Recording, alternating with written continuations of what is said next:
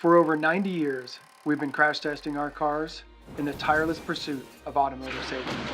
At Volvo, safety's been first since 1927. We've saved millions of lives with the invention of the three-point seatbelt in 1959. At Volvo, we've made driving safer for you and them.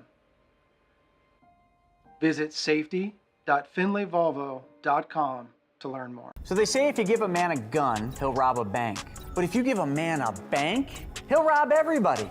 The good news for you is Private Money Club runs solely on peer-to-peer relationships, which means no banks allowed. So finally, there's a community for real estate entrepreneurs where it is truly a win-win solution. This community is a place where you can connect with other lenders and other borrowers, and the end result's massive growth for you. You get to build your real estate empire, and you get to do it solving other people's problems.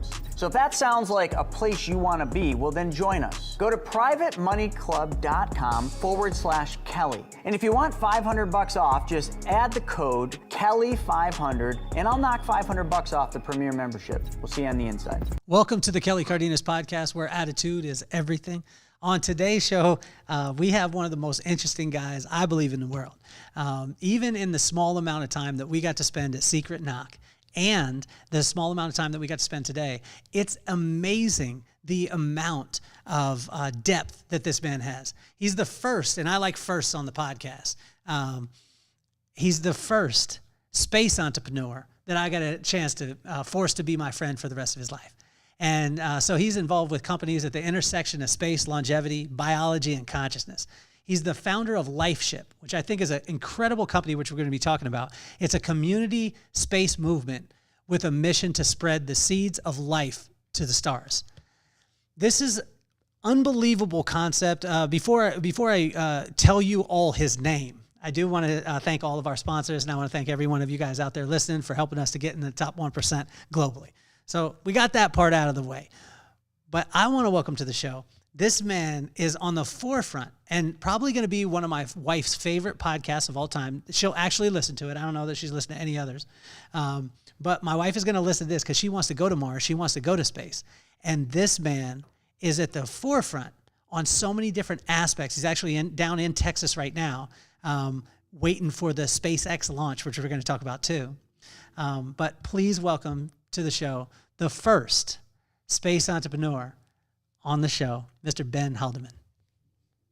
Hey, Kelly. Thanks for having me. Excited to be here. It's so great to see you, man. I know I asked you before we started recording, I was asking you about, like, you know, I'm always interested in the reason why you started what you did, right? And you were talking about grad school. Shout out to Cal Berkeley. That's where you went for grad school. And my son is going to love this episode too, because he wants to go to Berkeley. So you can encourage him and give him some advice that, on down the line. But let's talk about how you got it started in this kind of journey into space. And it's incredible because, like, it's a cliche of saying it's a whole new, like the new frontier, but there's so much that we don't know. And there's so many things that are happening on Earth right now that are going to happen in space, and they're happening quicker than we even realize. But how did you get started in it, Ben? Totally. Yeah, so I grew up, I played Legos. I liked building things. I went to school for mechanical engineering. I went to grad school at Berkeley, and I started working for this professor for my research project, designing instruments to look for life on Mars. And these were little boxes that had lasers in them and optics and high voltage, 10,000 volt voltages that separated we look for amino acids in samples, and so amino acids are a sign of life. And so I designed these instruments with JPL, which is the Jet Propulsion Laboratory, and NASA, and future versions of the ones I was prototyping are on Mars now and have found signs of amino acids. And so that means that there very likely was life on Mars. And that got me going in space. Now, when you guys were doing this, when you were working in your grad school projects, were you working with actual samples from Mars at the time, or were you setting this up setting it up as a controlled experiment? These were controls. We would add a liquid with some different amino acids we knew, and then you would see spikes it's kind of like a fingerprint, and you see spikes for the different types of amino acids. But we'd also, like, you could put a drop of wine in there, and wine has amino acids, and certain ones of those amino acids are the ones that you might have an allergic reaction to or not sleep from. And so, yeah, it's able to just find what amino acids are in a sample. So you have that, and you're doing that in grad school. You get done with grad school. You're a cyclist, so you're competing and traveling all around the world. But take us through that journey too, because I tell you, you're one of the most interesting guys I've ever met. Like from testing or getting things, finding life on Mars, to cycling at a pro level, to then creating cameras on telescopes that are helping us to see other planets and other galaxies. I mean, take us through that journey, man. Yeah. So while I was at grad school, I was bike racing a lot. I had done the Hawaii Ironman a couple times, like the Boston Marathon when I was in high school. And then I got the cycling really became my strength. And I did the Olympic trials. I was like third place in the collegiate national championship. Our team won the national championship. I was doing like 80 races a year on the bike while in grad school, and making money to pay for grad school while riding my bike, and raced against Lance Armstrong on the weekend, and then like would go back to school. And yeah. And then a job opportunity came up. This one guy, Wayne Rosing, who was an early vice president at Google, he built a telescope company. And my friend, who was a bike racer also, he knew him, and the two of us joined. We were the first two people to join, and it eventually grew to 75 people, and we built these big telescopes around the world, like on mountaintops. And they're the size of like a van standing upright, the telescope, with a giant like 4-foot glass mirror, and they were used to find all sorts of new planets around other star systems, and they're still being used. And so these have found planets that could be Earth-like or could have water, and there's actually instruments to like look whether there's water on them, and they found all sorts of new planets out there, and so that really also got me familiar with astronomy and curious about where else is life, where could life one day go, where could we one day live, is there other intelligent life out there? And I spent 8 years building the cameras and telescopes to look for that stuff.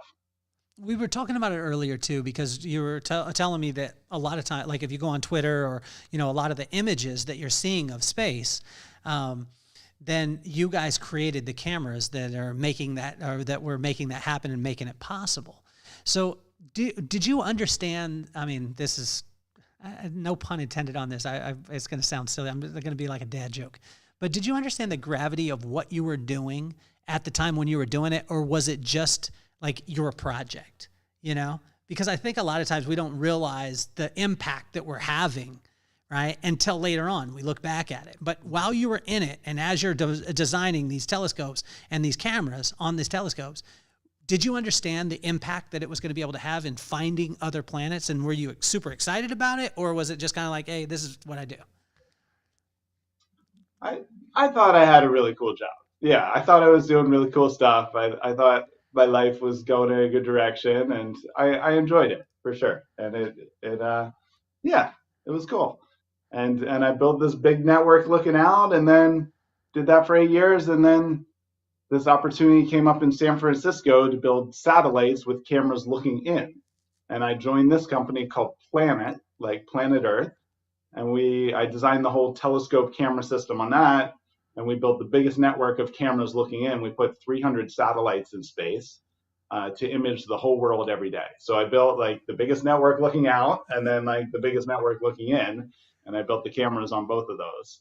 And then that like flipped it around. That also was like really about, okay, we're doing space, but it's not about space. It's about how do we help Earth? How do we see where all the trees disappear every day in the rainforest? How do we protect things? How do we see where illegal fishing is happening and land use, and make the world transparent and see change, see what's happening?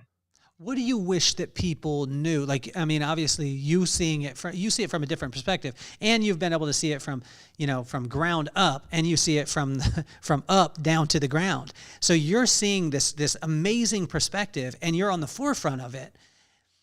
What do you wish that people knew about space and the opportunities and the endless possibilities that are there? Yeah. There's so much good for our Earth that comes from space. Like what I just said, we were building cameras to finally record the whole Earth. And you can't fix a lot of things unless you can see them and record them and know what's actually happening. So I'd say, like, I don't know what the percentage is, but probably 90% or so of what's been done in space has been like to help Earth. It's been like communications for Earth. It's been GPS. It's been cameras. It's been weather, and so a lot of the space stuff is for Earth. And now we're at this point where, yes, it's starting to become reality that there's the rockets being built to build cities on Mars and build cities on the moon, and so there is like this, like, wait, why are we doing that? But the people I know that work on space stuff are some of the most passionate care for Earth people I know. And so I don't see it as this, like, oh, we got to leave Earth and we got to go do this somewhere else and like just give up. Like, I see it as like, we're learning to care for Earth. Space is part of that. There is infinite resources in space. There's asteroids that have, like, we're pillaging the Earth for platinum or whatever, and there's asteroids floating by that just have like 1 million times the platinum that exists on Earth, and so, like, all this, and then there's infinite energy up there, and so space is suddenly becoming much more accessible. It's no longer that we have to build a rocket and throw it away every time. Space is only 300 kilometers up. That's closer than, like, like LA to San Francisco or whatever. It's around that distance. And so that's how far away space is. It's just been ridiculously energy intensive because we build this crazy hard rocket that's like one of the hardest things for humanity to build, and then we throw it away every time, and we launch it and just use it one time. But all of a sudden rockets are becoming like airplanes where you can use them thousands of times, and you just refuel them and you just go up 300 kilometers and then you're out of the atmosphere. And so suddenly space is going to be like thousands or tens of thousands times cheaper than it was. And then that all of a sudden makes it accessible to utilize the resources in space, and for people to be in space, and for us to use space as this perspective shifting how precious Earth is. Like, if you go and live on the barren moon, it's not like you're going to be like, this is a better place than Earth. Like, space really gives us the perspective of, okay, I've built these telescopes, look it all over, and there's no place better than Earth out there that we've seen. And so maybe there are places that we could, like, fix up a bit and get to live and get to work and bring redundancy to humanity and work towards spreading life outwards and work towards being multiplanetary, which I believe is very important because all our eggs are in one basket and we are in a fragile point. And I'm a total optimist about humanity and our ability to learn to care for Earth, but it's also very important to be in multiple places. And so I think space, in my perspective, is like, it's both. It's like we're in this. The ball's already rolling. Like, we're learning to care for Earth. We got to do that. We got to amp that up. And we're going to space and we're utilizing it. So Ben, you're down in Texas right now, and you're down there.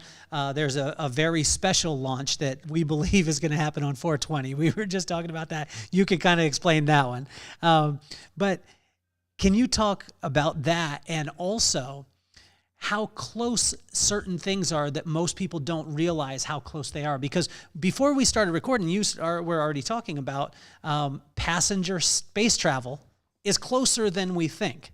And this gets my wife super excited because she's like, I want to go to space. Again, like I told you, I think before we started, I don't want you to have her go for that long. Like, it's a long trip to Mars. So 6 months away, I'm going to have to do all those dinners, all those lunches. You know what I'm saying? So that's going to be a tough time on me. But let's talk about the launch, where you're at in Texas right now. And then also, too, the things that are that are closer than most people realize. Yeah, exciting. So I am, right now I'm in Austin, but in the southernmost point of the Gulf of Mexico, Texas side, right at the border of Mexico and Texas, is a town called Brownsville. And in that, Elon Musk and SpaceX have built up a whole, I think it's registered as a city now, called Starbase. And Starbase is a factory building the biggest rockets ever built. And these are not like the Saturn V that took us to the moon. They don't get like build one at a time at like several hundreds of billions of dollars or whatever and thrown away. These are like mass producible, affordable, low cost, like giant rockets that are fully reusable. So they go up to space, they come back down, and you just put fuel in them, and they're meant to launch several times a day, the same rocket. And it actually launches vertically, and then it comes down and gets caught by a tower. And so the tower catches it, it refuels it, and then you can launch again. And so they're doing they've done some demonstration tests of this already, but they've done they're planning to do the first one on Thursday, where they actually launch it to orbit. And so there's a big booster, which is the first part of the rocket, the first stage, and then on top of it's the Starship.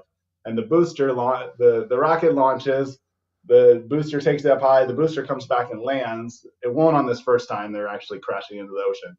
But then the Starship, the top part, which is being built to send 200 people to Mars. So it is a huge rocket. It totally changes access to space. Like when they put the space station up, I don't know how many shuttle launches they had to do, but it was like 50 or 100 or something like crazy. And now this thing can just like take giant sections of a space station right up there in one piece. And so this is just totally changing the kind of things that we'll be able to take to space. And they're predicting it's going to be like $1 million per launch, which is essentially the fuel. Because it's just like you launch it, you come and back down, and you put in some methane and oxygen, I think, are the fuels, and you launch again. And so it really is just becoming like airplane travel. And so as far as like timelines, the full plan is to be back on the moon in a couple of years,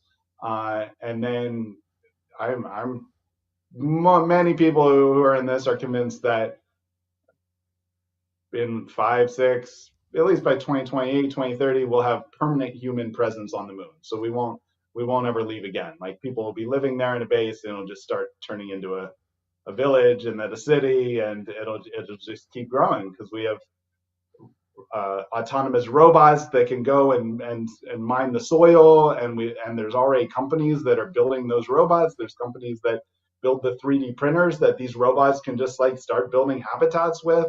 There's companies that are building the rovers to go. There's ice on the moon in the craters to get the ice and turn it into water, and that also can turn into oxygen and hydrogen. There's companies that do. I'm an investor in this one company called Interstellar Lab that is building biopods, and these are like biospheres. They're there to grow plants on the moon. So there's the venture-funded companies that are full on building every bit of the ecosystem needed for hundreds, thousands of people living on the moon. And that's coming, and then Mars is coming soon after that. That's what Elon Musk is like dead set on, is building a city on the Mars. But to bring it back to like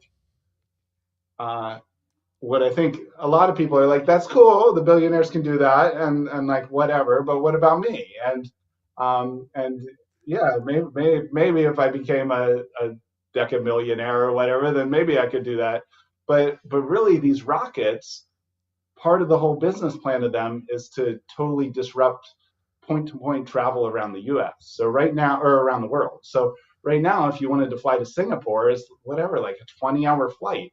But if you just go up 300 kilometers to space, you go halfway around the world, which by the time you're in space, there's no wind resistance. So it actually takes a lot less fuel, it's a lot cheaper, and you do that flight from whatever, California to Singapore in 30 minutes.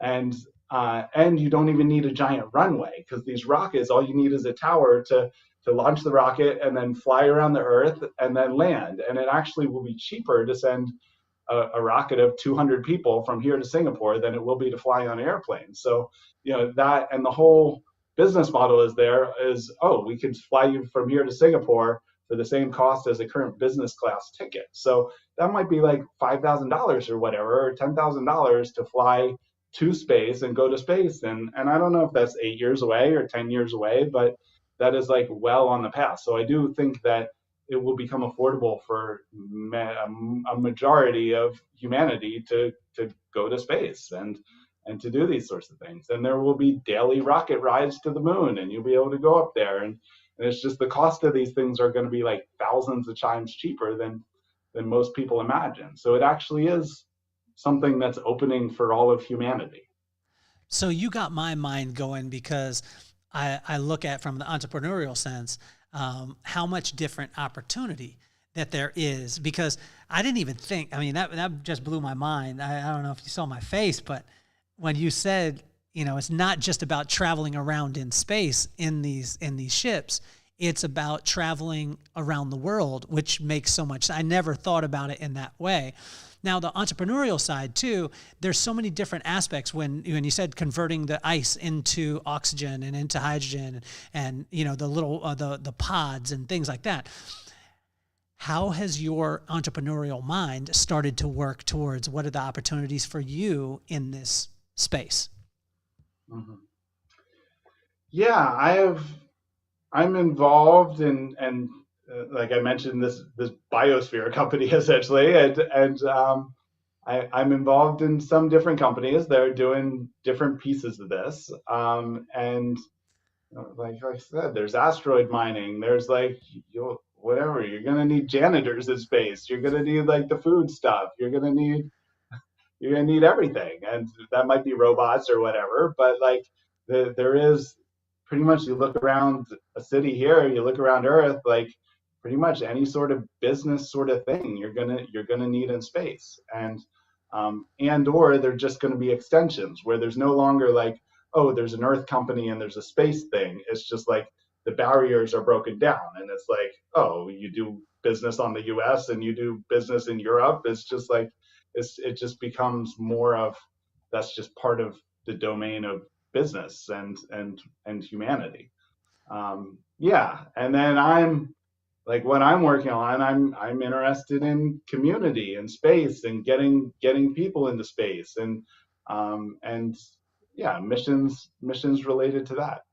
When I first heard about this, what you're doing, it was because of a project that myself and a couple other people, Greg Reed was heading it up, but the Lunar Legacy, and being able to take people's legacy. And when he told me this concept at first, I was like, Greg, I don't know if you just smoked something before I got over here.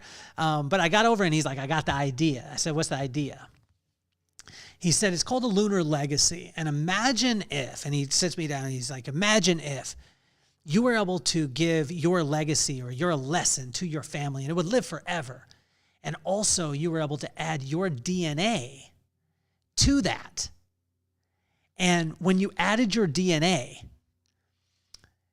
then we actually encapsulated it and sent it to the moon.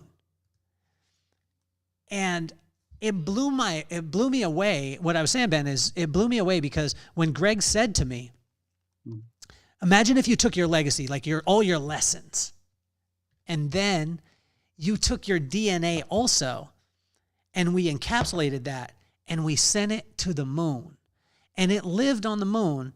So in future generations, when the moon is populated, or when there's a different type of whether it be human or non-human, that they would find these capsules, not only learn the lessons, but they would also have the DNA of you and of your family, and that legacy would live on forever. And I was like, at first I was like, Greg, I don't know what's going on here. This sounds crazy. And then I got a chance to meet you, and I got to learn about LifeShip. And it's so incredible what you're doing. My wife is so excited about this. My wife is involved in the program also with Lunar Legacy. And that book is coming out, I believe, in June. But can you talk about LifeShip and why that legacy point is so important and how you were able to look at legacy in a completely different way than I've ever heard about it?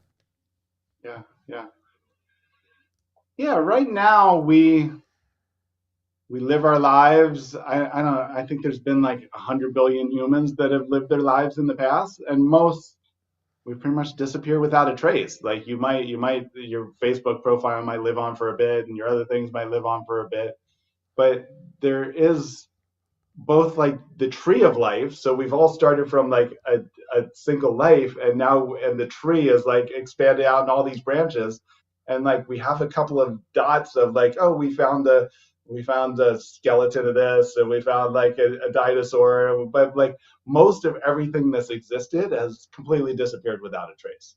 And now there's actually a company that's building the technology to bring back woolly mammoths from DNA that they found, and that exists now. And so both the DNA, which is like your essence and your blueprint of you, I think we're going to get to a point where it becomes silly that it just disappears without a trace. And that's part of the vision of what we're doing is we save your DNA in this forever bank, and a safe place to put it is in space. So we add your DNA to this time capsule in space, which is like a seed bank, and we send it to the moon. And then we also send your stories and your record of who you are and your hopes and your dreams and your lessons of what you want. And so the big vision of this is this becomes like the record of you that you could also pass on to your great grandkids, and can be secure and stored in the way you want. So maybe not everyone can see it, but maybe your life becomes open source in 100 years from now, or maybe your great grandkids can see it, but no one else can, or maybe you want everyone to know your lessons. And so there's a time capsule that goes to the moon that has both your code of you as well as like your stories and your record and such. And then over time, like the big vision is to send the seeds of Earth. So the seeds of Earth would have the DNA of all different species from Earth and the DNA of humanity, to the stars, so out of the solar system, and then also like the stories and maybe eventually even like the consciousness of humanity up there. Is like how can we capture the stories and essence and knowledge and wisdom of humanity and send that to space. And so the first one we're doing, we're on 2 different rockets to the moon, and we've already launched 2 of these capsules to space last year, but 2 of these capsules are going to the moon, one in like a month or 2 from now, and then one next year. And so the one on the rocket now is like the prototype first one, and that one has 1,000 people on board, and that'll launch pretty soon. And then the big one we're doing is next year, and that one I'm working with Greg on. There's another way to get involved where it's fun. We're writing a book, kind of a parable about my life story as I like go through this journey of mentors and learning space, and then people that want to be involved in the book and have their wisdom written into the book can get involved in that. And then the PDF of the book goes to the moon, as well as like your wisdom is written into this book that then that is for sale. And so if people want to be involved, they can contact about that.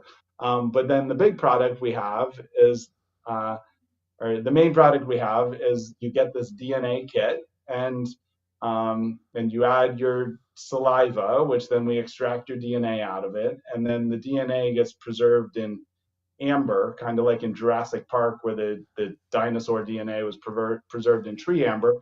So we preserve your DNA in amber, and then you go through an online experience and add a bit about your story, and that story gets preserved into the capsule.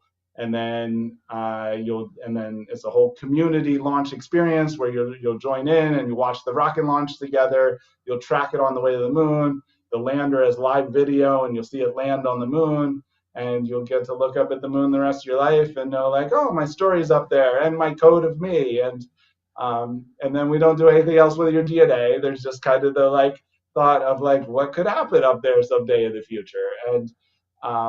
But yeah, the big vision is to build towards how do we spread life in the universe. And it's not like we're going to send this to the moon and it's going to be a seed and grow a whole new world on the moon. But this is like hey, it makes sense to save a copy of today for the future. Like things are changing, and I'm an optimist, but it still makes sense to save a seed bank of Earth and save the stories of humanity. And so I see it as like, oh, I'm contributing myself to a future backup of Earth. And yeah. So it sounds, I mean, a lot of what we've been talking about today sounds like a movie, right? It sounds like a movie that we're watching, and it's like, oh, wow, people are just about to go to space, and people are about to go from LA to Singapore in like 30 minutes. This sounds like a movie, but I want to talk about the other side of the movie, because there's the part that says that, you know, we take the DNA, we take the stories, this is amazing. There's this, you know, it's almost like the Superman side. But then there's the Lex Luthor side of the DNA part. And I didn't realize this until we started talking about Lunar Legacy. And one of the first people that I was in contact with said to me, well, how do I know that they're not going to take my DNA and do something with it and, you know, do the opposite side? So there's always the Superman, the Lex Luthor, there's the light side and there's the dark side. Can we talk about the dark side of it, or the fears that people have? Because I think that part isn't really talked about a ton. Just people are fearful, but they're not able to have a forum. And most of the time, they don't have educated people like yourself that are explaining these things. They're just getting in the, have you ever been in a I heard conversation? Like, yeah. Oh, you know what I heard? Well, or they'll Google something and it's based off of all their beliefs anyway. So it drives home that, whether it be conspiracy things. But what is let's talk about that part of it, because when you start talking about, say, like, you know, DNA and recreating, some people think, well, if that happens, there's some, you know, potentially not so great things that could happen also. Totally. Yeah. Yeah. So a lot of people, they do have this initial cringe of like, my DNA, what? And because it does bring up the deepest privacy stuff and stuff about, oh, could I be planted for a crime or whatever? And some of the big DNA companies that have paved the way on this, they are partly owned by pharmaceutical companies, and to give the DNA to that. And so there is like a breach of trust there in a certain way. What we're doing is, all we do is we extract your DNA. We don't even sequence it, so we don't know your code, like your ACTG code, like of your DNA. So we don't have a digital file that can't get hacked, that can't get stolen. We can't go sell it to anyone else. We don't even digitize it. We just send that like bit of your saliva like in the capsule, and we send it to the moon. And so yeah, and then there is like a fundamental question. Okay, when you die, do you want to disappear without a trace? Or is there a curiosity there of like, okay, my blueprint can carry on. Like, and if you want it to carry on, this, I think, is the safest place we could possibly put it, is like on the moon, is the furthest place that we'll be putting any life things. And so, yeah, it is like, okay, there is a your code getting stored on the moon. Nothing's happening to it here on Earth, and that's all. Well, I think it's super interesting. I mean, because imagine if we were able to have the DNA of, you know, the people that existed before. There's so many different questions about, you know, my wife and I were on a hike the other day here in San Diego. We went to the Mushroom Caves, and we were going, and there was a lot of graffiti written on the walls in the sand. People had just kind of marked it up and wrote their names and all the stuff. And I joked with my wife, and I was like, can you imagine if the hieroglyphics that we see, that we study, that archaeologists study, were just a bunch of punk kids like what is happening here, and they were doing, you know, hieroglyphs and future generations looked at that graffiti and thought like, oh man, is this a story that's being told? And at the time, the culture was, no, you just write your name there, and they didn't understand it. But it would be amazing to be able to have a record, like a true record of what actually happened. And I think it's absolutely genius. What we're going to do is we're going to go to a quick commercial break. But I want to ask you this question. So think about it during the commercial break, and then we'll answer it when we come back, Ben. But when you go into what you're doing as far as exploring different galaxies, I can imagine that it causes you to question some of the thought processes that we have as human beings. Because if you think we're the only people, then what we think stands. But once you start getting out of that realm, I want to talk about how that kind of challenged your mentality, as far as your existence and your humanity. So we're going to go to a quick commercial break, and then we'll be right back when Ben is going to school us on humanity. The way I see it is you've got two choices. You can either keep pretending like nothing bad's ever going to happen to you, and then when it does, you're saying, uh-oh, or you can get ahead of what's coming so that when it does, not if, you're ready for it. And you're sitting pretty, sipping on Mai Tais next to the pool, working on that Caribbean suntan because you got it covered. So folks, it's time for you to learn the truth about money. It's time for you to take back control of your money so that you are ready for what's about to happen. By doing that, you're setting yourself up for absolute success. No matter what comes your way, you're ready for it. And that's what I want for you, and I want to help you with that. So go to chrisnaugle.com and sign up for the Wealth Webinar. We do them every Wednesday at 1 p.m., and you need to be there because it's time to get prepared. Ben, we're back with Ben Haldeman, the space entrepreneur, sending the DNA and legacy to the moon and far beyond. Help me to understand, like, as you started to understand that there was different planets, some of your tools that you helped to be able to create, you guys were able to find out that there was different galaxies, different stars, different planets.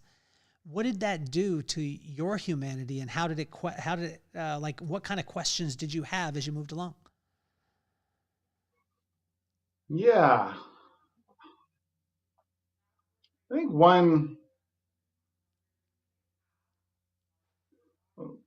my journey has been is like looking out with the telescopes, looking in with the satellites, which is also my personal journey. I was very analytical, rocket scientist, atheist, growing up and building this, and then I went through a deep personal growth and yoga and meditation and going into my psychology and looking inwards and learning about myself, learning about life and humanity and the universe, and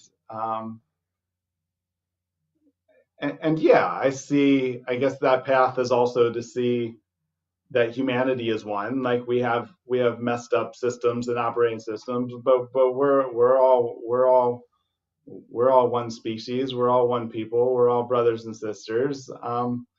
But then also I've spent a lot of time in the rainforest, and I've worked with shamans, and really both through meditation and that path, I've seen that we're part of nature and we're part of life, and we're like the earth is intelligent, like the Gaia is intelligent, and we're really all one with life, and like that is what we are, is we are earth and we are life, and really beyond that, we are the universe, and we're like each one of us are the whole thing, the whole universe is doing, and we're just looking through one set of eyes of it, and really that time and space are an illusion, and we're just like all of it, and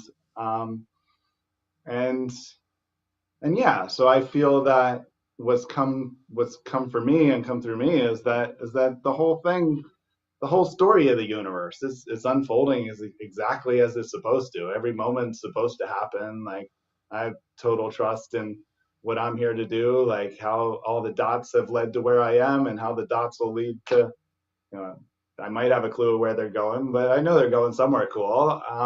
Even if it is different than I'm currently thinking, but like, yeah, I've it's really come that we each have a purpose and a reason, and that the more that you go inward, the more you spend time in nature, the more you like clear your mind, the more it becomes true to yourself, like what you're meant to do here, and the more that it just unfolds in its own flow and magic, and yeah, it's less of a like forcing and efforting, and it's more of a aligning and flowing and trusting, and yeah. So I have total belief in the whole story of the universe, and that everything's happening as it's supposed to, and part of that that's come to me is that like in this story of humanity is destined for the stars. Like we learn to care for Earth, we learn to like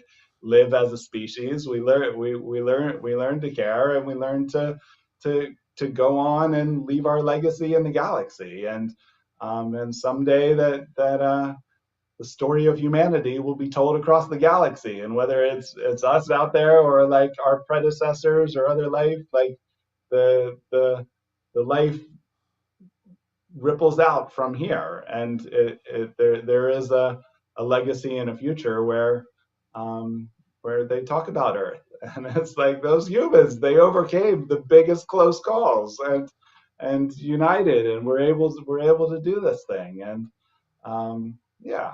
So I believe that in that whole story of the universe. So Ben, help me with this, because anytime that you're involved in say like a culture, say if you're involved in the financial world, there's a code in that financial world that a lot of people, sometimes there's the old guard and then the new guard comes in and things like that. If you're in real estate, there's a culture, right? There's kind of a vibe. There's different little vibes inside of it, but there's a culture that way. Is the space community, number one, is it small?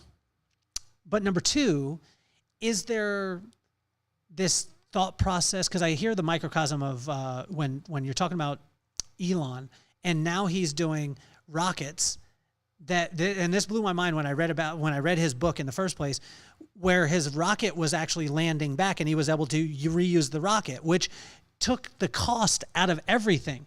But that old guard was like, no, this is the way that we do it. This is the way this is going to happen. Is space completely open that way? As far as, are the people progressively thinking, or are there people also trying to keep it, this is the way that we've done it forever, so we need to keep it that way? Yeah. It's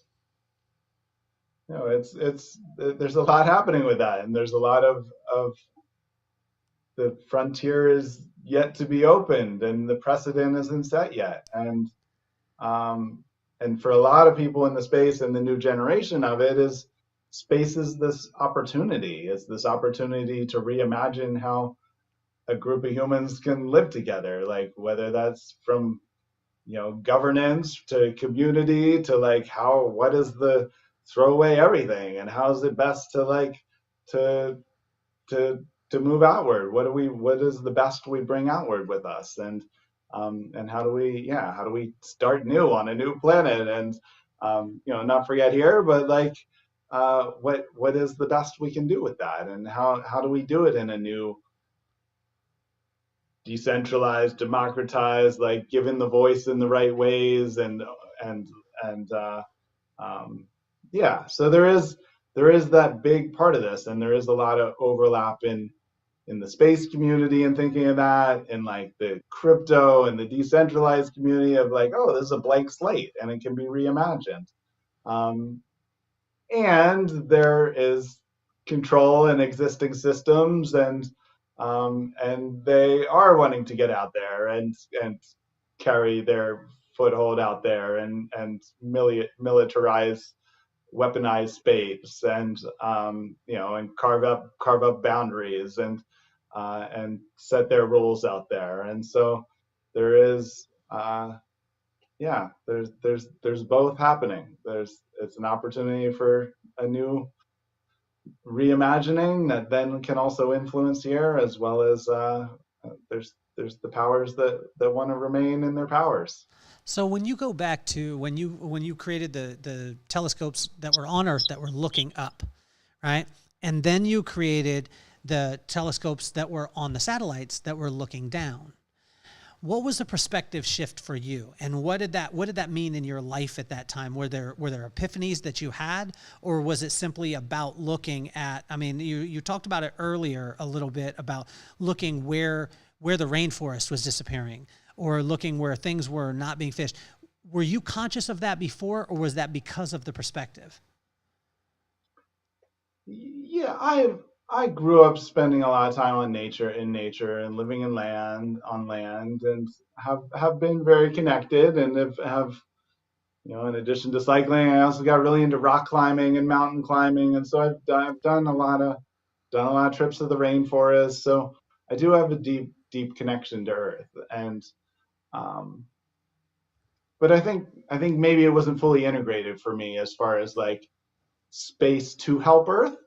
And and a big part of this crazy mission I'm doing to create the seeds of Earth to send to the stars, and I see it as like this is for Earth. This is nature doing it through us, and it is like us creating the seeds of like a dandelion essentially, so the dandelion can send its seeds outwards. But a big part of my values and what I'm creating through this is to do net benefit for Earth here today while we do this like big billion-year out there mission. So it also is like a look outwards, spread life to the stars, do this for this thing, bring people with us, inspire humanity to care for Earth, care about life, care about existence, but then also give back and help ecosystems and help life today. And uh, more than the energy usage or resources we do in carrying out this mission. And one of the ways we're doing that is we're also this is a backup of Earth. So we're getting all the different species of the plants and animals and giraffes and elephants, and so it kind of is like a Noah's Ark type mission where we're saving a backup of all the different species in space, and that could then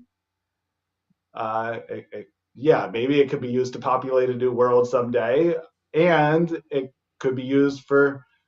And the Native Americans have like the 7 generation. Think about 7 generations. Well, one of the things we could leave for 7 generations from now is like the code for all the species that are here today. That seems like one of the best things we could leave them. So we're saving that code on the moon, which is a safe spot. But then also there'll be ways to sponsor those different species with NFTs and tokens, and then that goes to preserving the ecosystems here today. So there's a preserve today, do net benefit today, save for like our future generations, and like do this big out there mission for life in the universe.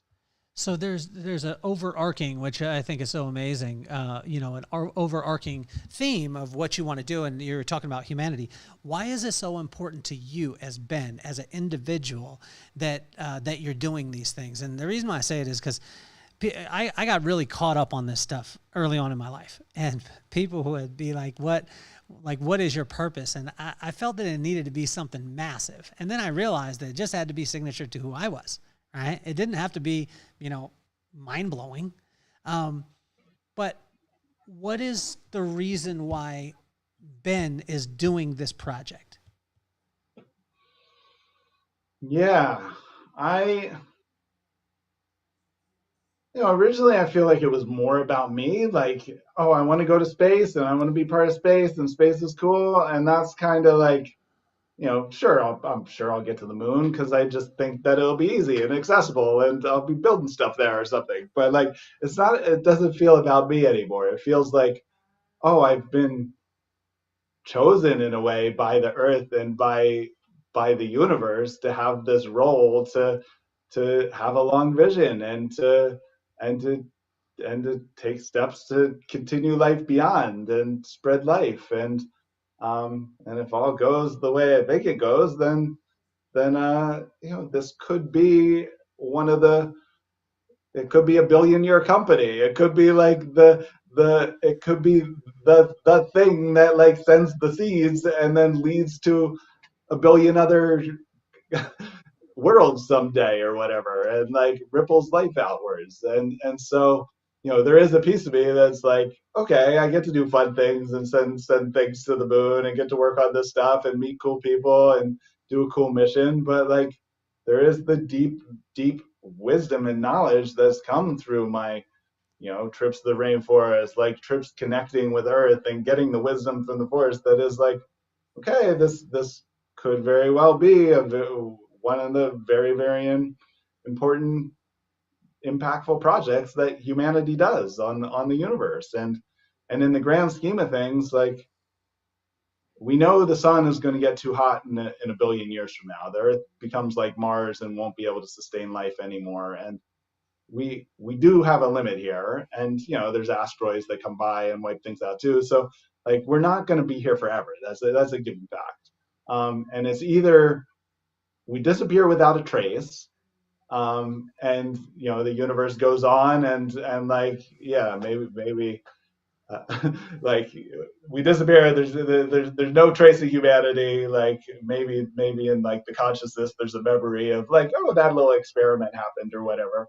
Or like, we go on and we ripple life out and continue life and lead to all these new worlds and lead to more beauty and more consciousness and more life and all the things. And yeah, I believe that second thing is a more inspiring big story, and that's the story of what I'm working towards. Well, I think it's amazing, man. I started the podcast because of my kids. I have two kids, is Maddox and McKenna. And Maddox and McKenna, Maddox is 11 years old. McKenna is 14. And Maddox is, he walks to the beat of his own drum, or marches, I guess you would say. He walks, marches, does whatever he wants. My daughter is in theater, sings, but just got one of the biggest hearts and one of the craziest, most amazing sense of humors I've ever met. I started the podcast because of the two of them, and I wanted to take iconic people like yourself that were forging the new frontier, that were on the forefront. So the things that are normal to you are not normal to everyone else.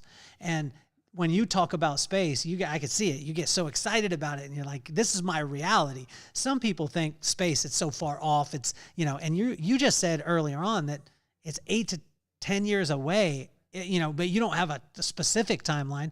But it could be as soon as that. And on 4/20, which is on Thursday, you're going to watch a rocket blast off into space that could carry 200 people to Mars. And that's on Thursday. So I wanted to take iconic people like yourself, and I wanted to show my kids that anything in the world was possible. Anything in life is possible. And it's not because of who you are, like where you were born or your parents, but it's because of your attitude and your work ethic. And so what advice would you have for Maddox and McKenna? And if you could say both their names, Ben, it would be awesome. Yeah. I want to share this advice to both Maddox and McKenna, and then my 8-year-old daughter, Luna, as well. And it's to go for those big dreams, to dream up the big wild things, and then like take steps towards them. And part of why I did this was for Luna. Is like, early on I was like, okay, I could build a company where I start sending things to the moon and have this cool story and get to like watch rockets and do all this. Like, I want her to come along and like be part of this and see this. And so, yeah, I think the story is to get excited about the things and follow your curiosity and take steps towards it. It's not like you have to build it all at once. Like, it's you just start moving in the direction and following the curiosities, and then the next thing starts to appear, and step by step the visions come together, and it unfolds naturally. Ben, you're incredible, man. I'm excited to be able to have more conversations with you and to be able to talk about space and the realities that we don't realize as human beings that are right, like that we're right on the edge of. And again, my wife, hopefully, I'll tell her this is a space episode and she'll listen to it. It'll probably be the first or second podcast that she's ever listened to. Shout out to my wife. I love her so much. She's the greatest. But I look forward to having future conversations with you to be able to see that the far off things, the galaxy far, far away that we heard in Star Wars is actually closer than we think. And Ben, you have been absolutely amazing, man. My hat's off to you. LifeShip, we're going to have the link in the bio for that. Also, guys, you can check out Lunar Legacy, which is the book that's going to be coming out also, which is taking your legacy and your DNA and sending that to the moon, which I think is amazing. It's an unbelievable project, and it's one of the coolest projects that I've been a part of, and I've been a part of some pretty cool stuff. So Ben, my hat's off to you, man. I want to thank you so much for being on the show. You have been absolutely incredible. Thank you, Kelly. Yeah, this was wonderful, and I look forward to being your friend for life. Yeah. You got it. Well, I'm gonna force that one, man. I want to thank all of you who are listening and watching. Make sure that you share. Make sure you do this too. Like you can't even see my hand. You just do this. And that's called smashing the subscribe button, or subscribe to it on YouTube, on Apple. Leave us a review. I want to thank every single one of you who got us in the top 1% of all podcasts globally, and that's because of your support. We want to thank you so much for that. And Ben, you're officially off the hot seat.